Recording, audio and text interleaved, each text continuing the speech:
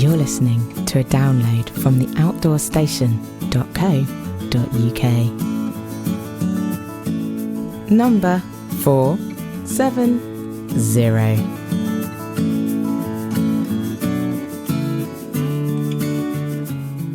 Hello and welcome back to the Outdoor Station, and this the second part of the 7-part series recorded during the 2018 TGO Challenge. In part 1, I made my way on a blustery day from Shieldbridge along Loch Affric, past the Altbeath Youth Hostel to the fords just before Loch Affric and camped there. As you'll hear, it was a crisp night, so I was up and moving very early.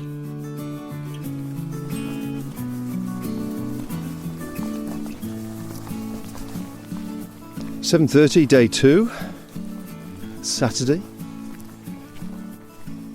Up early. The wind dropped, thankfully, I don't know, late evening, leaving a very fresh night, and woke up to ice on the tent. Not that much of a frost on the ground, but certainly temperature must have dropped. I think it was around 4 o'clock I put my insulation top back on again and stuck my head back under the covers. But I was sort of up and around and moving by about 5:30, and of course once it's that cold you've got to keep moving and keep the insulation on while I did the usual camp admin. Got a brew on, had some porridge. A couple of the other guys, Tim and Pete, had sort of woken up and meandering around. Had a bit of a chat and did the usual talk about gear and clothing and that sort of stuff, and condensation. But it's a fine morning, as you can hear. There's absolutely no wind, certainly no rain. The sun's come up over the nearest hill and lit up the wonderful river. There's steam coming off the river as it brings its warmth to the valley. There's a couple of huts here. One looks like it's not the Forestry Commission, but it's something about trees for life, I think it is. And there's obviously a gang of people there, and a very nice setup they've got, but they weren't very keen on sharing the facilities, which is a shame because they were very clean and tidy. A couple came past us probably 6:30 and disappeared off, and I believe a solo lady walked past last night and camped, I presume, further down by the loch.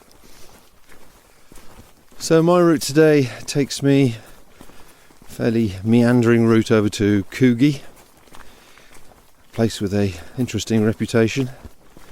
Probably stop there for a cuppa or a bacon sandwich or something like that before making my way up the burn, the name of which escapes me at the moment. Probably for an early camp this afternoon, and then I've got a very short walk tomorrow before I meet up with Tony and his carer Lee. Tony, of course, is retired now and on his 1,000th crossing, so Lee has nominated himself as his carer in the countryside to look after him and make sure he's fed and watered, like all good carers do. But a nice bunch of people. Last 24 hours, everybody still keen and excited. Of course, after a good night last night, everybody's still in good form, so we'll see how the weather progresses and people's spirits fare in a few days' time.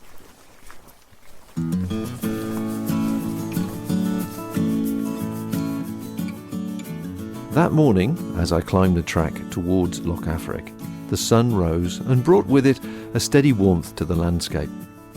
There's a jetty shown on the map at the west end of Loch Affric, and it looked a lovely place to camp. Several challengers had chosen that spot, and they were slowly emerging from their shelters with a brew in hand and a smile on their face. They waved up to me. A short while later, joining me on the walk to Coogee was first-time challenger Tim Medforth from Ealing. It's always interesting to know what inspires people to apply for the challenge and if it meets their expectations.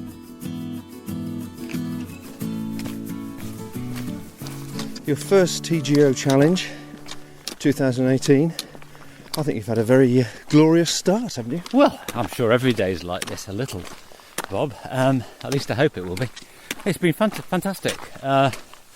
Started on Wednesday last week, went up to Skye to get myself in the mood with my good wife, and we enjoyed a few gentle walks and a very nice luxury hotel in Skye before the reality bit on Friday morning. But yeah, a great day yesterday.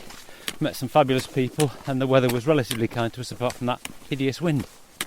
And so what sort of preparation have you done for this event, 2-week backpacking event? Probably not as much as I would have liked. Research as well, I was thinking. Yeah, research. Well, obviously from inception I got to the message board, which I found pretty useful. I suppose in terms of getting input on things like kit, general input. But over time I've found I've sort of got a bit tired of that. A tiny bit of Facebook. Mainly it's been a bit of a kit fest, finding a good kit list and then doing as much as I can in terms of physical training for it. But in terms of resources, it was mainly a question of kit for me, which probably says more about me than it does about anything else. Okay. So did you start from ground zero, or did you have stuff that you were familiar with? No, I've done a bit of outdoor stuff. I suppose I was aware of the whole lightweight movement from various sort of articles and magazines I've picked up over time, but there's always the quest for the next lightest thing. So I did go through a pretty rigorous assessment of everything I had, with a bias to buying new, much to my wife's frustration. So yeah, I mean, I pretty much challenged everything. I found a very good kit list from a guy who did it last year, and that gave me the basis of what I needed, and then it was which particular product that caused me much industry. And you've managed to squeeze it all into a 58 litre pack, which isn't overloaded, has to be said. So you're feeling pleased with the weight they're carrying? Thank you for saying it's not overloaded. It's a great relief. I am pretty pleased with it. I mean, I think things have been complicated a little bit by a broken wrist 3 weeks before the challenge. So that's probably tempered my testing of everything. But I was hoping to bring a different tent, still Hex Peak. But given the fact I can't really use poles, I had to go back to an old favourite of mine for tent-wise. I decided I was going to be a little bit more generous on the mattress, just for the fact that I find I sleep a lot better if I've got something decent underneath me. So I'm carrying a little extra, I guess, around that as a luxury item.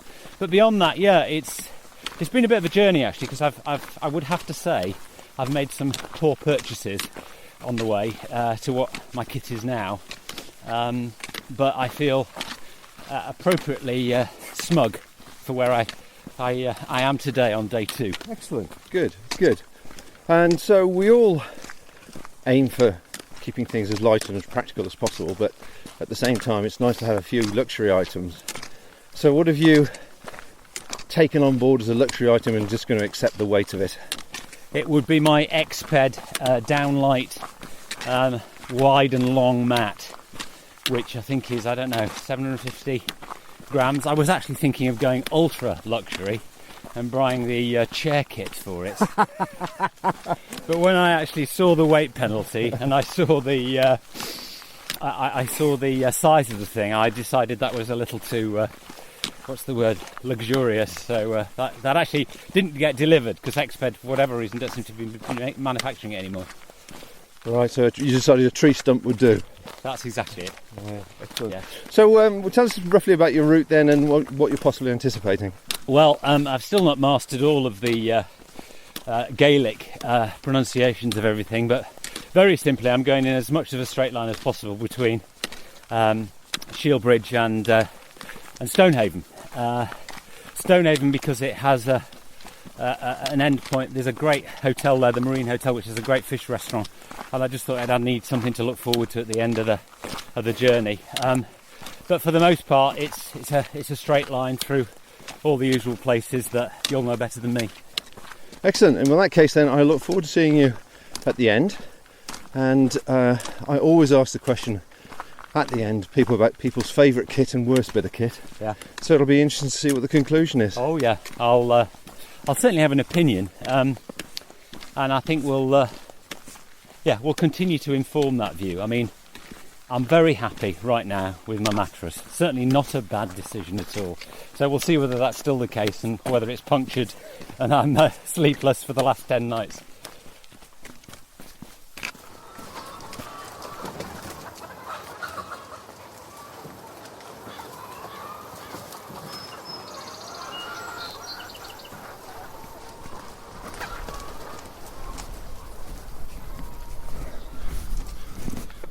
.30 and I've just left the infamous Coogee Lodge after a cup of tea, or a pot of tea actually, scones and cream and jam.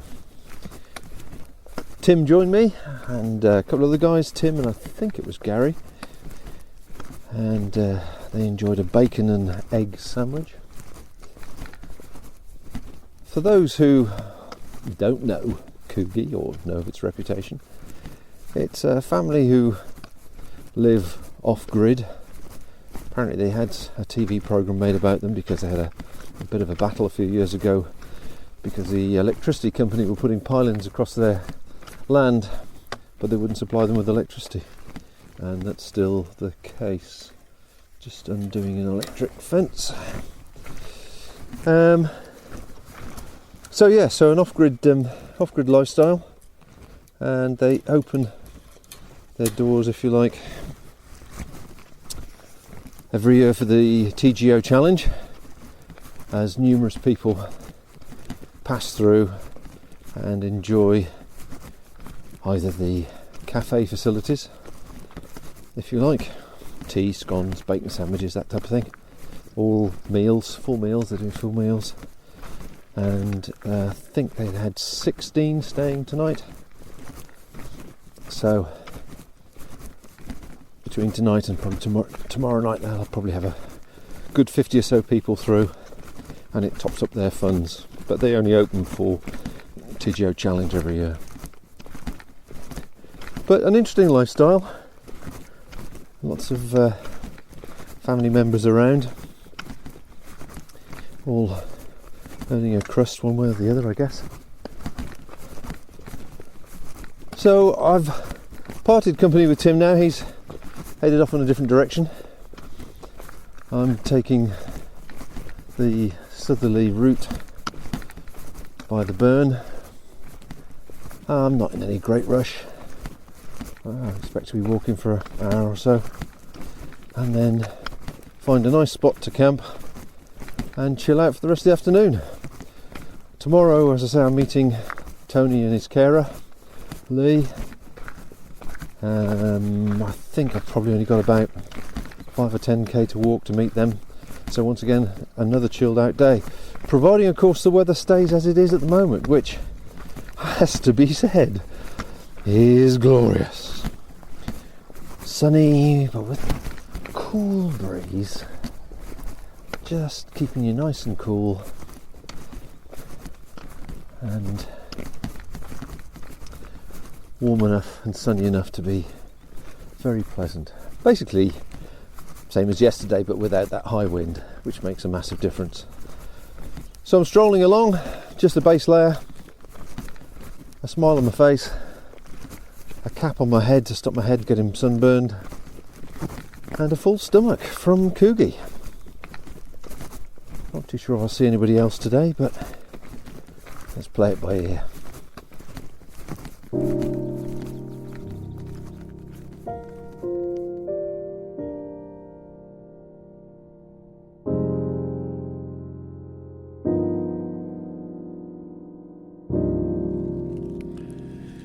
Well, it's lunchtime and things haven't quite gone to plan.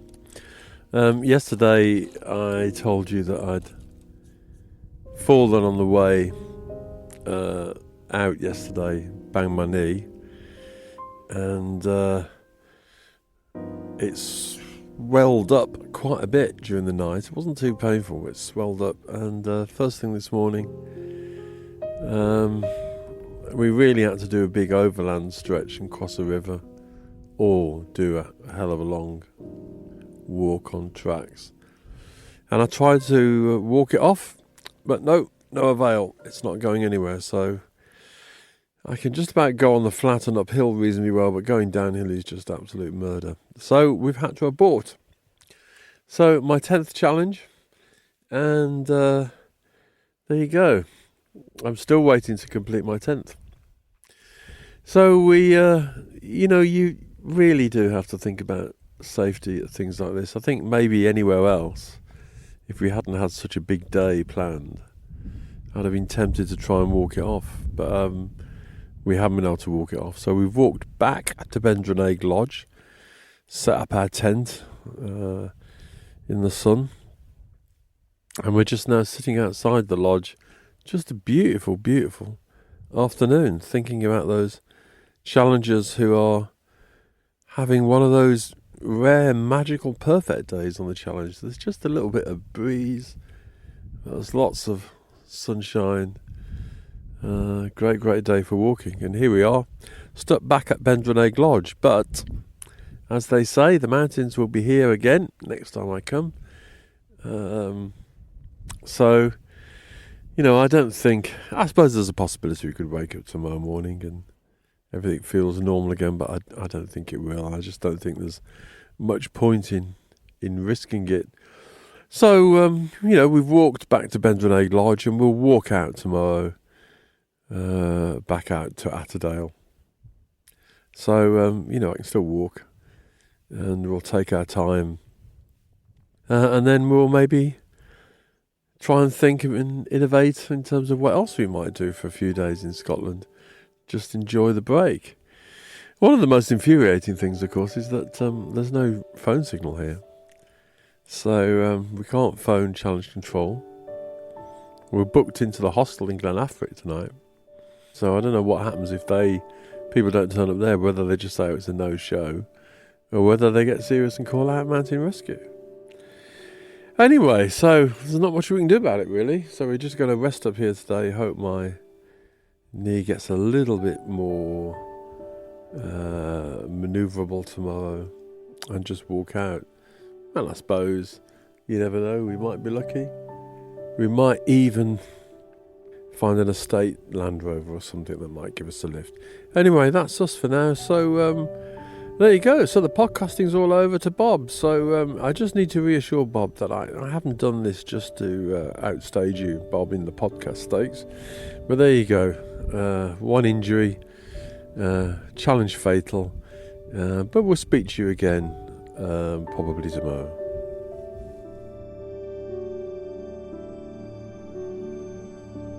Of course, I wasn't to know of Andy's predicament or decision for several days.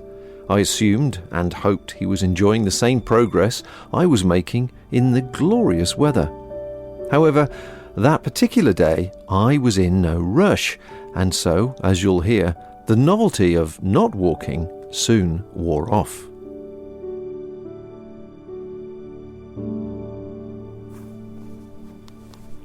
I've always said 4 o'clock would be the perfect time to finish a day on the TGO if you're going to enjoy the camping.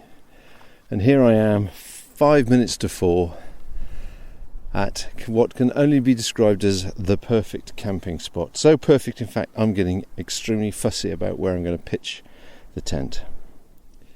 The sun is still out, a few clouds in the sky, so you can imagine it's a lovely afternoon. There's a bit of a breeze behind me, and my only concern is obviously if that breeze becomes something more significant during the later hours or the evening, but I've got plenty of V-pegs, so I'm hoping to nail it to the ground just in case. Looks like this is a feeding area for deer, actually.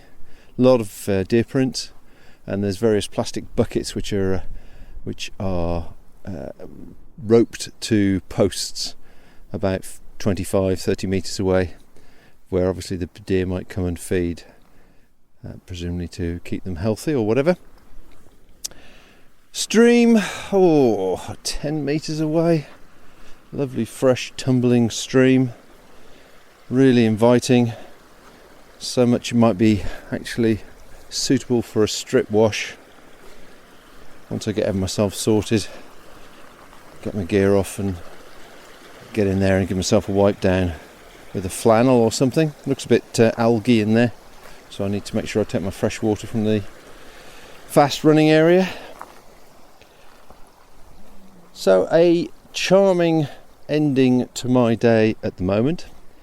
I'll report back in a while once I've pitched and got myself sorted. There's the usual admin to do. Sort the tent out, make sure it's pitched up alright, get the food sorted, work out what I'm having tonight, blow the mattress up and really just chill out. Short day tomorrow, meeting up with Lee and Tony. So I'm going to enjoy these next couple of days and just relax, really.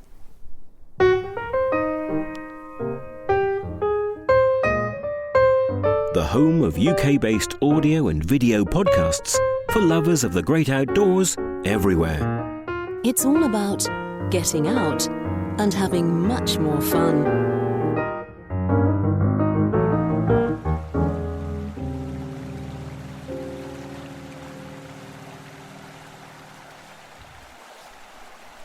Woohoo! Well, listener, this is a first. Naked podcasting. I'm going to take advantage of this little side stream. I've stripped off completely naked as the day I was born. And I've got a flannel which I'm just dipping in the water to give myself a little bit of a swill. Wash all the important parts that only nature can reach. I've got a small bottle of Dr. Bronner's here actually, which is really good, so I'll have a few suds as well.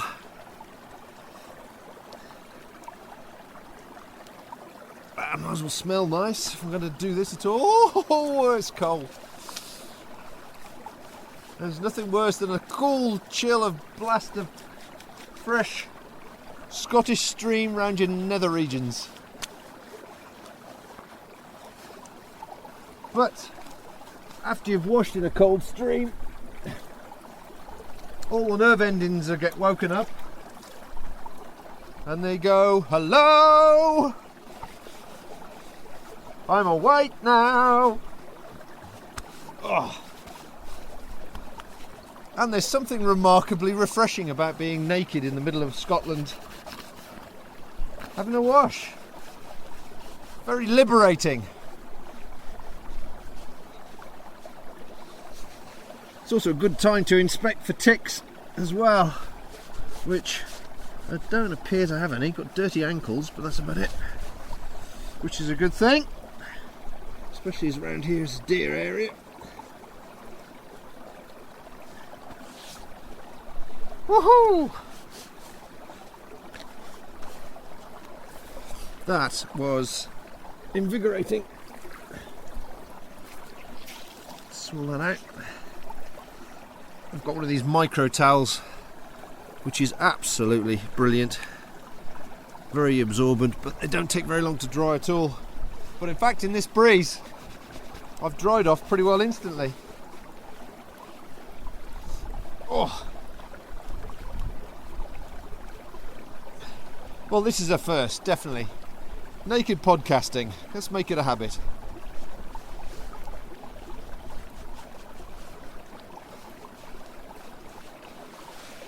Oh, that's good. Right, kegs back on. Whoops. Just need to swirl my feet. Then I'll go and get my sit pad so I can sit down and do that. I've not really walked through much muddy water today, so my footbeds and my socks, although they're slightly damp, well, they are damp, full stop, they're not dirty. They don't have that fine grit in them which can give you foot problems, so there's nothing to do on the foot front, on the sock front, but I'll just get this pad and go back over to the stream and just give my feet a wash, and then I'll try and work out the next thing to do. Oh yeah, the one thing I do need to apologise. I lied. I was looking at my altimeter, not my watch. It isn't 4 o'clock, it's only 2:30. So I'm now going to while away the afternoon, doze in, drinking tea, reading my Kindle, repeat.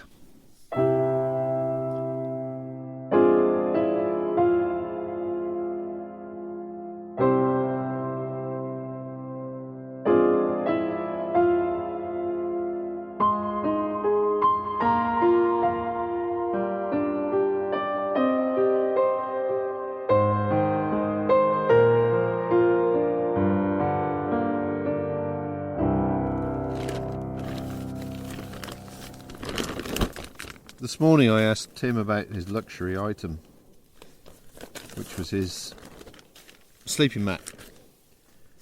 I decided this year to have real tea as my luxury item. That and a Kindle.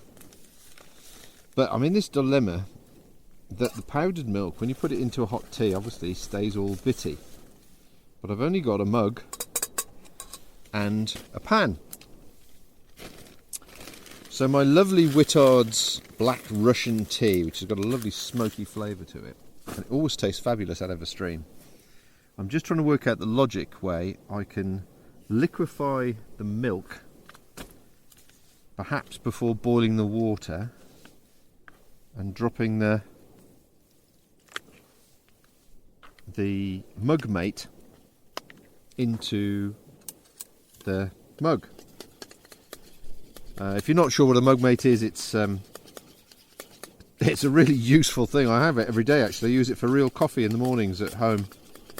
It's great. You can just put either a coffee granules in there or tea, and then just dip it into the mug, and it saves all the bits getting in your drink.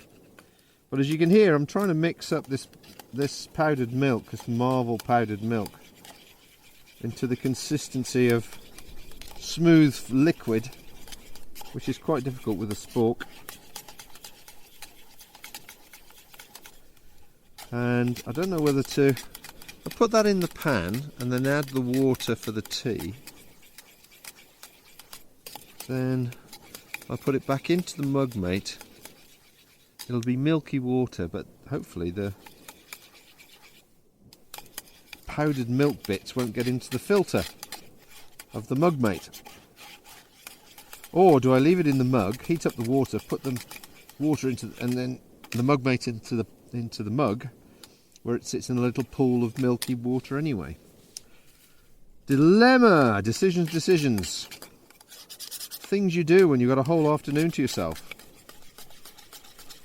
And it's remarkable, absolutely remarkable. I can't think the last time I went camping and stopped walking at 2 o'clock in the afternoon and had nothing to do. I feel really guilty, actually. Sort of waiting for another challenger to come past and get into conversation. But I have a feeling nobody else will be coming this way. I have no idea, really. Right, I've made a decision. I'm going to put fill the rest of the mug with water, boil the whole milky liquid, and then put it back into the mug via the mug mate, and hopefully have a decent cup of tea. Because I've got time to have a decent cup of tea. My lunch today, picked up at the shop the other day, a couple of pasties. So I've got some pasties, I've got some fresh apple, a couple of bars, and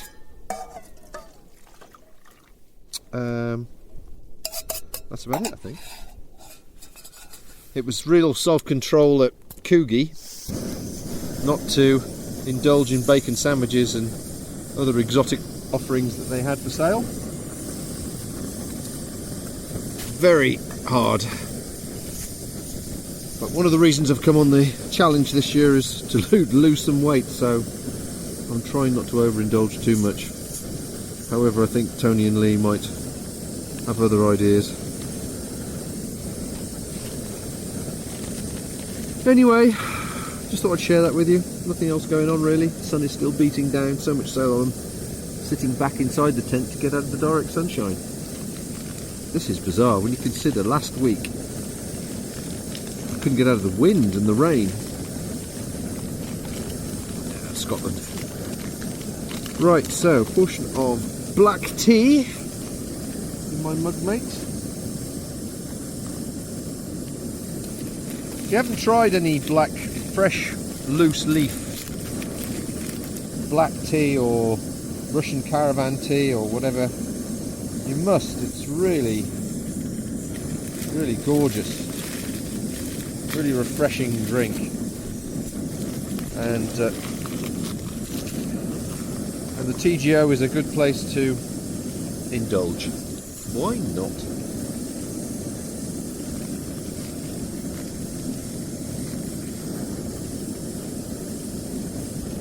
Well, once again, I have no idea what Andy is doing.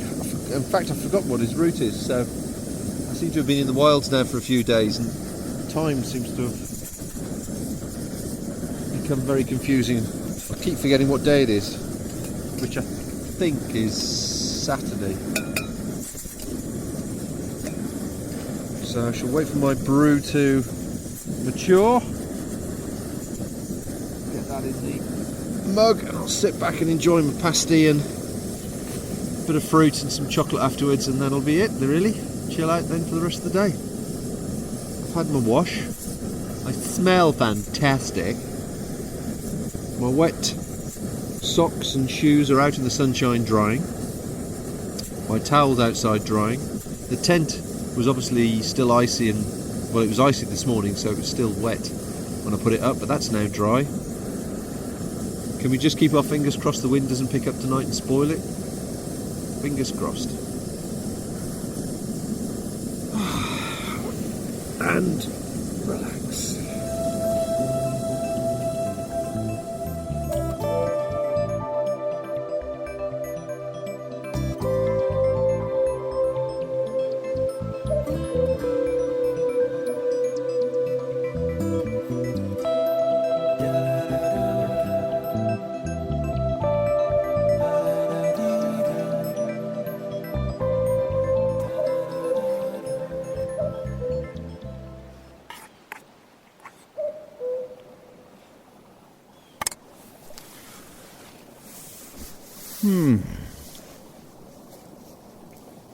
Well, what an afternoon. I just can't remember the last time I stopped doing anything at 2 o'clock and did nothing for the next few hours. It's just turned 7 o'clock now, and the sun is, I'd say, about 20 minutes away from going behind the hill behind me.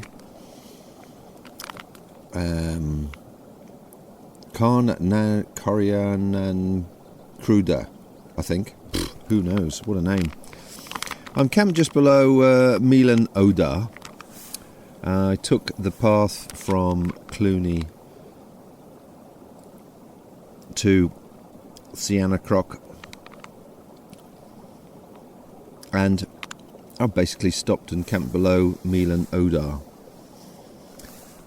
I think I've probably got all of 10 kilometres to do tomorrow. I can't quite work out how I've ended up doing so little. I thought I should be doing more distance than this. But hey, I'm not complaining. I've eaten, I've slept a bit, I've read my book, I've looked out of the door, and not seen another soul above, below, along the track, on the ridge, anywhere. It's been a blue sky day with a few clouds floating through. It hasn't been really, really hot, but it's certainly been hot enough for me to lie back in the sunshine and soak up a bit of the sun. Again, something that's very rarely done in Scotland. The wind's dropped, and the indication tonight, if the sky stays the same way, we might have a sub-zero night like we had last night. Wake up with ice on the tent, frost. But the door's facing sunrise,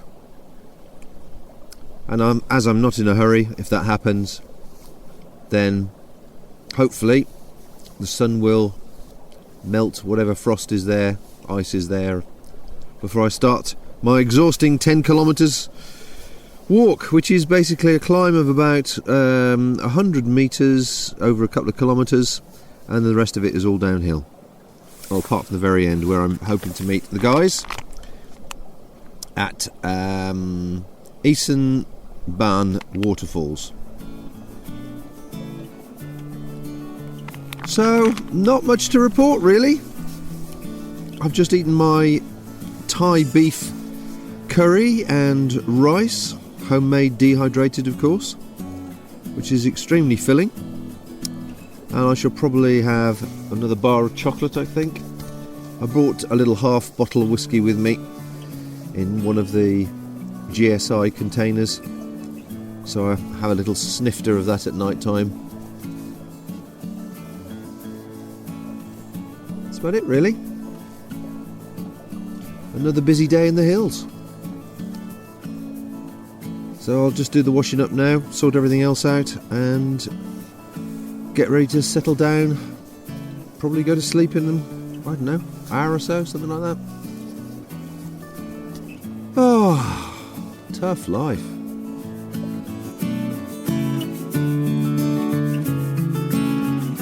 And so part 2 concludes.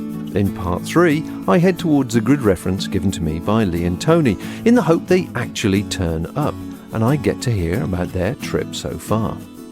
If you want to see images and more information relating to this walk, then please visit the show notes on the website theoutdoorsStation.co.uk.